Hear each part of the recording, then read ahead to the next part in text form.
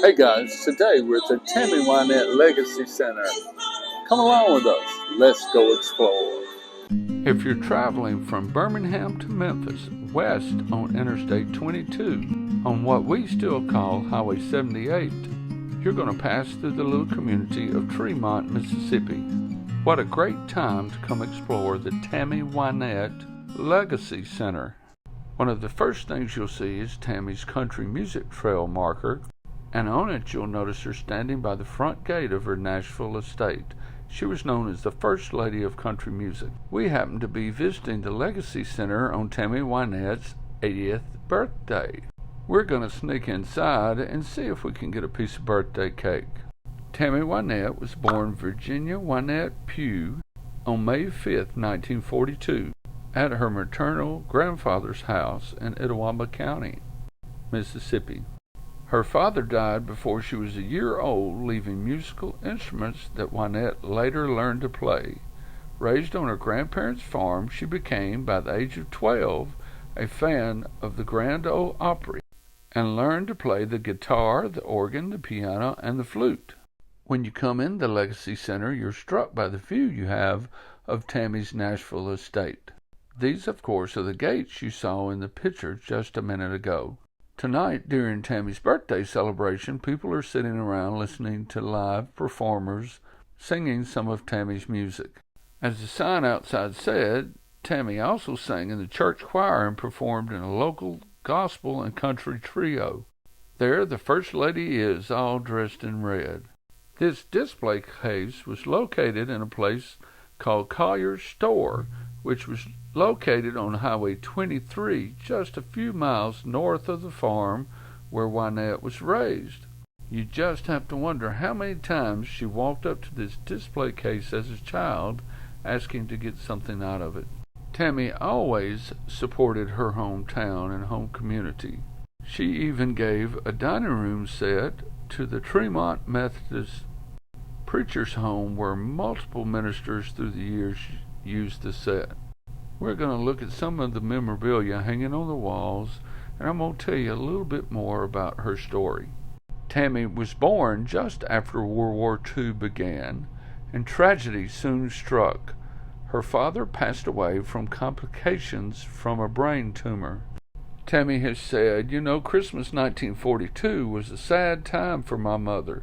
She couldn't have much holiday spirit celebrating her baby's first Christmas when she knew it was her husband's last. He died on February 13th, 1943. He was just 26. Her grandfather called her Nettie Bell, and her friends called her Wynette. After the death of her father, her mother moved to Memphis to work in a wartime airplane factory. Wynette stayed behind with her grandparents and her Aunt Carolyn, who was only 5 years old at the time. Wynette says, I grew up calling my grandparents Mama and Daddy, just like my mother did. My grandfather was the rock of my childhood, strong, steady, honest, and kind-hearted. From him I formed what I still carry of what a father and husband should be. Wynette's mother married Foy Lee in 1946. He was a farmer and was easygoing and cared for Wynette like she was his own. The two remained married until Foy Lee died in 1988. As crops of cotton and corn grew, so did the weeds, meaning workers returned to the fields several times during the growing season with simple wooden and metal hoes. Here you see the planter and the plows and the old cotton sack that they would have used as well. Tammy says everyone in a farming family had jobs and responsibilities, from the youngest to the old folks. I had chores to do from the time I was big enough to hold a dust rag or help make a bed. We grew everything we ate and made almost everything we wore. The only things we ever bought from the store were sugar, coffee, and flour. She also said, I always loved school because, like church, it was a place I saw my friends. I was 5 when I started school. They asked Mother to go ahead and let me enroll, since I went to school with Carolyn most of the time anyway. During recess, I'd stand on the bench by the table where the kids ate lunch and sing to everybody.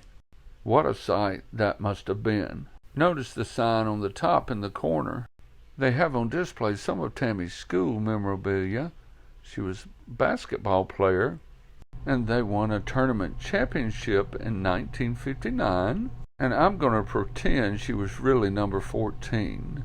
She must have been pretty good at it, by the way, because you'll notice she was voted Miss Offense that year, undoubtedly for scoring the most points. But my favorite thing about this corner is this sign up top. She believed, so she did. She received other non-athletic accolades during her high school career. You noticed here she was voted Miss Tremont High School. And she must have always had that engaging, incredible personality because she was voted most popular as well. She married Upal Bird when she was 17 before she graduated. They had 3 children and moved frequently. She was an after-hours waitress and singer in Memphis, and she attended beautician school. In Birmingham, she worked as a beautician and sang on the local Country Boy Eddie television show. She didn't have much professional success until Billy Sherrill at Epic Records believed in her potential and recorded her singing Johnny Paycheck's Apartment Number 9. Tammy says that one night Sherrill asked her what name she wanted to use as a singer. "It had never occurred to me to change my name," she said. But he said, "I didn't think you'd want to use Bird since you're getting divorced and Pew doesn't fit you." So Tammy replied, "Well, what does fit me?" "Well, with that blonde ponytail, you look like a Tammy to me." Tammy replies, "Well, can I at least keep Wynette?"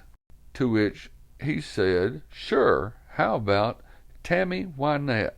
She left his office repeating her new name over and over, and she went on to record all the music you see listed before you here on the walls. I really want to encourage you guys to Google some of this music and listen to it. If I wouldn't get into copyright trouble, I would play it for you here. Just look at all the number 1 hits she's had through the years. Her follow-up to Apartment Number 9, Your Good Girl's Gonna Go Bad, was a top 10 hit. Her first number 1 hit was called My Elusive Dreams. It's a duet with David Houston in 1967. She released I Don't Want to Play House later in 1967 and won a Grammy for Best Female Country Vocal Performance, one of the 2 times she won that award during her career. During 1968 and 1969, she had 5 number 1 hits. Take Me to Your World, Divorce, Stand by Your Man, Singing My Song, and The Ways to Love a Man. Stand by Your Man was supposed to have been written in only 15 minutes at the Epic Studios by Tammy and Mr. Sherrill. This dress was worn by Wynette during the opening act of the Country Music Association's 25th anniversary celebration at Constitution Hall in 1983. She performed on stage with Tennessee Ernie Ford, Alabama the Oak Ridge Boys, Roy Acuff, Charlie Pride, and many others. President Ronald Reagan welcomed the CMA to Constitution Hall and watched with his wife Nancy and Vice President George Bush. But let's back up a bit. Tammy was inducted as a member of the Grand Ole Opry on January 4th, 1969. Also joining with her that day was her contemporary and friend, Dolly Parton. During the 70s, Tammy Wynette and Loretta Lynn ruled the country music charts. Tammy's number 1 hits included He Loves Me All the Way, Run Woman Run, The Wonders You Perform, Good Lovin', Bedtime Story, My Man, Till I Get It Right, Kids Say the Darndest Things, and The Wonders You Perform was a hit in Italy in 1971. Along with her solo success, A number of her duets with her husband George Jones reached the top 10. The Ceremony in 1972, We're Gonna Hold On in 73, Golden Ring in 76. George and Tammy were called the President and First Lady of Country Music. The couple toured in a bus with the label Mr. and Ms. Country Music painted on the side. Their marriage and her futile attempts to stop her husband's drinking are simply the stuff of country music legend. One day she took his keys and he simply took the family lawnmower to visit the nearby bar. In fact, Jones himself appeared on a Hank Williams Jr. 84 video of All My Rowdy Friends Are Coming Over Tonight. He was riding a lawnmower. Tammy and George had one biological child, Georgette Jones. She was born on October 5th, 1970. Tammy Wynette had many serious health problems starting in the 1970s after the birth of Georgette. She had an appendectomy and a hysterectomy with complications and developed a chronic inflammation of the bile duct. She also developed a serious addiction to painkiller medication in the 1980s. Just after Christmas in 94, she awoke in the middle of the night in severe pain and was rushed to Baptist Hospital in Nashville. She was comatose for days as a result of a bile duct infection.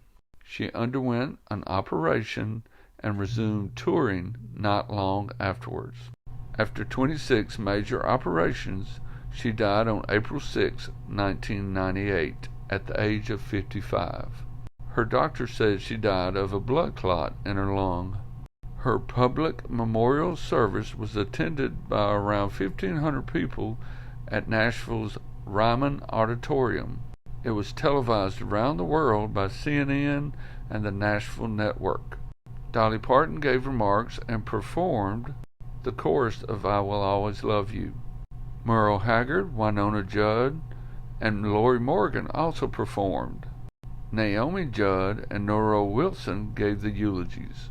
Tammy Wynette is buried in Woodland Memorial Park in Nashville, Tennessee. There is a neat video on the YouTube channel called Backroads where you can visit her grave. The Tammy Wynette Legacy Center is a really neat place and an incredible place for you to visit.